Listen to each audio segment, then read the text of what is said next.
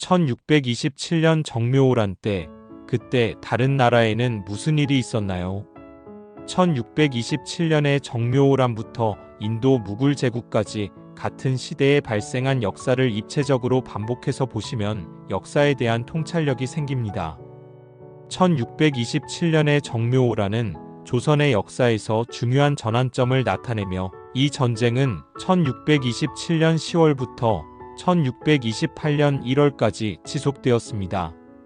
후금의 침략은 조선의 군사적 준비 부족과 외교적 고립을 드러내었고, 이로 인해 조선은 후금과의 조약을 체결하게 됩니다. 이 조약은 조선이 후금에 대한 복속을 인정하는 내용을 포함하고 있어 조선의 외교적 입지를 더욱 약화시켰습니다. 또한 1627년은 아시아 전역에서 명나라의 쇠퇴와 후금의 부상이 두드러진 시기로, 이는 동아시아의 정치적 지형을 크게 변화시켰습니다. 명나라의 군사적 패배와 내부의 혼란은 후금의 세력을 강화시키는 결과를 초래했습니다. 조선의 인구는 1627년 약 1300만 명으로 추정되지만, 전쟁과 기근으로 인해 인구 감소가 심각했습니다. 특히 정묘호란으로 인한 전투와 그로 인한 피난민 발생은 농촌 지역의 인구 구조에 큰 변화를 가져왔습니다. 전쟁으로 인해 많은 농민들이 고향을 떠나거나 사망하게 되었고, 이는 농업 생산성의 저하로 이어져 기근을 초래했습니다. 이러한 상황은 사회적 불만과 갈등을 더욱 심화시켰습니다. 1627년의 정묘호란은 조선과 후금 간의 전쟁으로, 조선은 전투에서 패배하여 후금의 간섭을 받게 되었습니다. 이 전쟁은 조선의 외교 정책에 큰 영향을 미쳤으며, 후금과의 관계가 복잡해지는 계기가 되었습니다. 전쟁의 결과로 조선은 후금에 대한 조공을 바치게 되었고, 이는 조선의 외교적 입지를 약화시켰습니다. 전쟁 당시 조선의 군대는 소고군과 정규군으로 구성되어 있었으며, 전투에서의 피해는 상당했습니다. 전투 후 조선은 군사적, 정치적 혼란을 겪었고, 이는 사회 전반에 걸쳐 영향을 미쳤습니다. 또한 정묘호란은 조선의 인구에도 영향을 미쳤으며, 전쟁으로 인한 인구 감소와 함께 사회적 불안정이 심화되었습니다. 이 시기 조선은 명나라와의 관계를 유지하려고 했으나, 후금의 세력이 커짐에 따라 명나라의 지원이 점차 약해지면서 조선은 외교적으로 어려운 상황에 처하게 되었습니다. 이러한 상황은 이후의 병자호란으로 이어지는 배경이 되었습니다. 1627년의 유럽은 30년 전쟁의 여파로 인해 심각한 사회적, 경제적 혼란을 겪고 있었습니다. 특히 전쟁이 진행됨에 따라 많은 지역에서 인구가 급격히 감소하였고, 이는 전염병과 기근의 확산과도 관련이 있었습니다. 전쟁의 영향으로 독일 지역의 인구는 약 30%가 사망한 것으로 추정되며, 이는 전쟁이 끝난 후에도 인구 회복에 오랜 시간이 걸리게 만들었습니다. 또한 1627년에는 덴마크가 전쟁에 개입하여 신교도 편에 서서 전투를 벌였고, 이는 전쟁의 양상을 더욱 복잡하게 만들었습니다. 이 시기 유럽의 주요 국가들은 군사적, 정치적 동맹을 형성하며 전쟁의 결과에 큰 영향을 미쳤습니다. 경제적으로는 농업 생산이 감소하고 상업 활동이 위축되면서 많은 사람들이 생계에 어려움을 겪었습니다. 이러한 상황은 전쟁이 끝난 후에도 오랫동안 지속되었으며, 유럽 사회의 구조적 변화로 이어졌습니다. 1627년 중동 지역에서는 사파비 왕조와 오스만 제국 간의 갈등이 심화되었으며, 이란의 사파비 왕조는 시아파를 국교로 삼고 있었고, 오스만 제국은 수니파를 지지했습니다. 이 시기에는 이란과 오스만 제국 간의 전투가 빈번하게 발생했으며, 특히 이란의 북서부 지역에서의 전투가 두드러졌습니다. 또한 이란의 사파비 왕조는 중앙 집권적 통치를 강화하고 있었고, 이는 지역의 정치적 안정성을 높이는 데 기여했습니다. 인구에 대한 보다 구체적인 정보로는 1627년 당시 이란의 인구는 약 500만에서 600만 명으로 추정되고 오스만 제국의 인구는 약 1500만에서 2000만 명에 달했을 것으로 보입니다. 이 시기의 인구 증가는 농업과 상업의 발전과 밀접한 관련이 있으며 이는 지역 경제의 성장으로 이어졌습니다.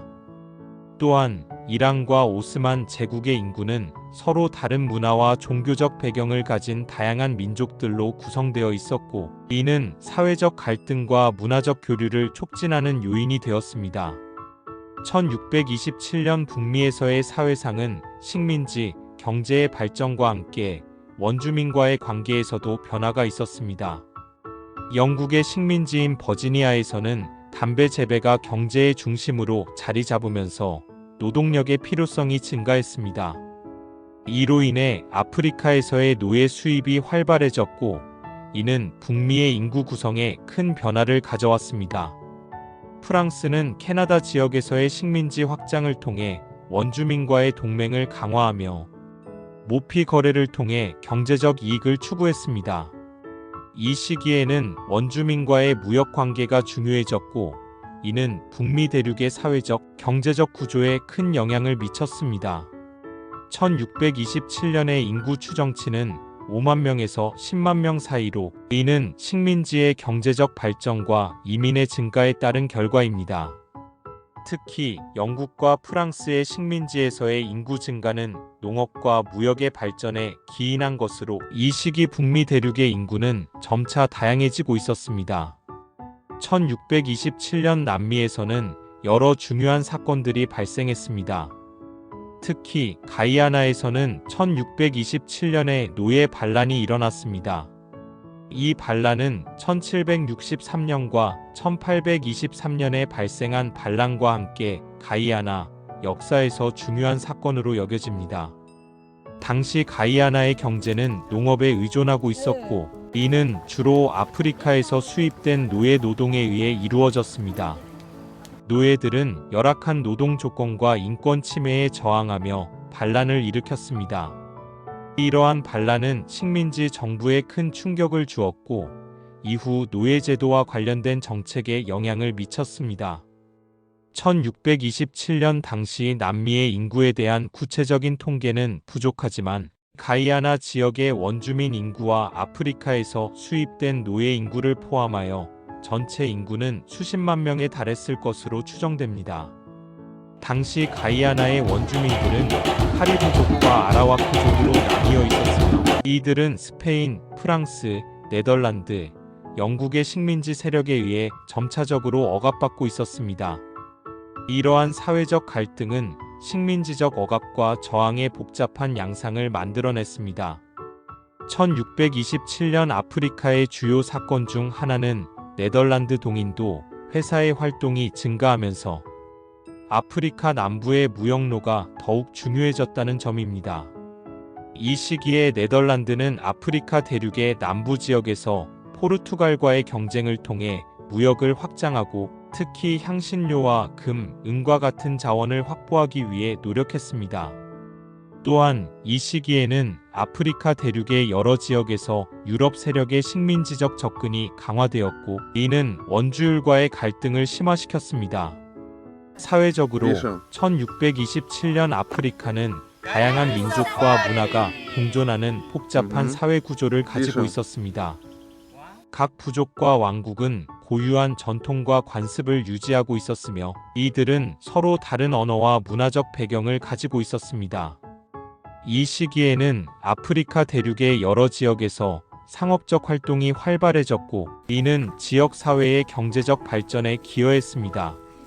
인구수에 대한 추정은 약 1억 명으로 이는 아프리카 대륙의 다양한 민족과 언어가 존재하는 복잡한 사회 구조를 반영합니다. 농업과 목축업이 주요 생계 수단이었으며 일부 지역에서는 상업적 농업이 발전하기 시작했습니다. 또한 아프리카 대륙의 인구는 지역에 따라 큰 차이를 보였으며 특히 사하라 이남 지역에서는 인구 밀도가 높았던 반면 사하라 북부 지역은 상대적으로 인구가 적었습니다. 1627년 러시아는 정치적 불안정과 사회적 갈등이 심화된 시기였습니다. 세미온의 반란 외에도 이 시기에는 농민들이 귀족의 착취에 저항하는 여러 사건들이 발생했습니다. 이러한 반란은 농민들의 삶의 질이 악화되고 세금과 노동 강도가 증가함에 따라 더욱 빈번해졌습니다. 또한 1627년은 러시아의 외부 위협이 증가하던 시기로 스웨덴과의 전쟁이 진행 중이었습니다. 이 전쟁은 러시아의 국경을 위협하며 군사적 자원과 인구의 이동을 초래했습니다. 이러한 외부의 압박은 내부의 사회적 갈등을 더욱 심화시키는 요인이 되었습니다. 인구에 대한 보다 구체적인 정보로는 1627년 당시 러시아의 인구는 약 800만에서 1000만 명으로 추정되며 이 중 상당수가 농민이었습니다. 농업 중심의 경제 구조 속에서 농민들은 대다수의 인구를 차지하며 그들의 삶은 귀족과의 관계에 크게 의존했습니다. 이 시기 농민들은 종종 귀족의 소장농으로 일하며 그들의 권리와 자유가 제한된 상태에서 생활했습니다. 1627년은 무굴 제국의 전성기와 관련이 깊은 시기로 자항기르의 사망 이후 샤자한이 즉위하게 됩니다. 이 시기에 무굴 제국은 인도의 대부분을 지배하고 있었으며 특히 북부와 중앙인도 지역에서의 정복이 계속되었습니다. 무굴 제국의 군사력은 강력했으며 다양한 민족과 문화가 공존하는 사회를 형성하고 있었습니다. 이 시기에 인도는 정치적, 경제적, 사회적으로 중요한 변화를 겪고 있었으며 이러한 변화는 후속 세대에 큰 영향을 미쳤습니다. 특히 샤자한의 통치 아래에서 예술과 건축이 크게 발전하였고 이는 타지마할과 같은 상징적인 건축물로 이어졌습니다. 또한 인도의 상업과 무역은 활발하게 이루어졌으며 특히 향신료와 직물의 주요 생산지로 알려져 있었습니다.